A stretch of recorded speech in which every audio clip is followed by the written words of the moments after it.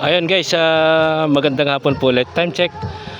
Alauna po ng tanghali.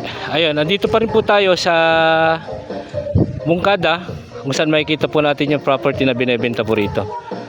Ayun, ito po siya. Residential lot po siya. Mula po dyan sa may bakod na yan at hanggang po dito. Diretso po yan hanggang sun sa likod. Sumusukat po ito ng 685 square meter hanggang dun po sa may pader na yon. Pag ganun po siya kwadrado. Ayan. Yan dating may bahay po dito. Kaya lang hindi ko alam kung anong reason kung bakit umalis sila. And then malinis po yung title na ito. TCT title, residential lot. Pwede ring malit na farm kasi kabahay naman po rito. Ayan. Yun, napaganda yung property. Mula po dito sa property na to hanggang dun po sa mismong bayan ng Mungkada is 1 kilometer po siguro. Estimated ko lang po 1 kilometer. Ayan, MacArthur and then bayan na po ng Mungkada. Ayun, Barangay Kapawayan po ito. Likod po mismo ng school. School po yan. Ayan po yung yero na school.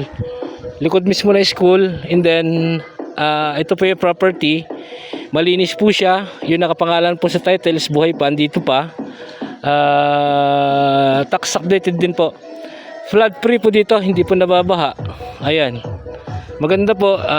Internet. Ayan. Ayan po yung internet. And then poste ng kuryente along cemented road. Yan po. TCT title. And then updated tax. No extrajudicial kasi buhay pa yung nakapangalan sa titulo. Andito lang po sa Mungkada. Ayan. Napakagandang residential po siya. Ayan po, kahit na hindi na pwedeng kahit na hindi na tanggalin yung bahay na yan, i-renovate na lang, lagyan ng aero.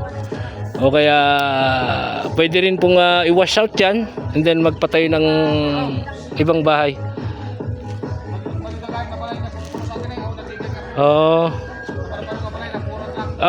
Bagong bahay. Kaya lang nagkulang ng budget. Okay.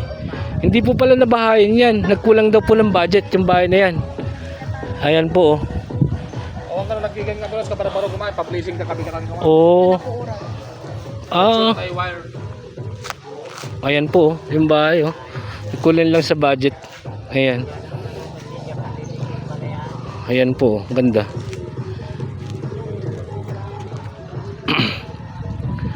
Ayan, ulitin ko po, 685 square meter yung lot area.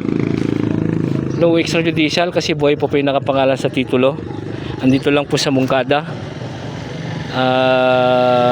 TCT title, located at Mungkada, Tarlac. Updated din po ang tax. And then ang presyo po nito is 1.6 million, negotiable po. 1.6 million negotiable po ang price. Direct ko po kayo kay seller kung sakaling magustuhan niyo yung property at makakausap po niyo na personal. Ayun, until my next video, Mr. Excitement Vlog. Salamat po.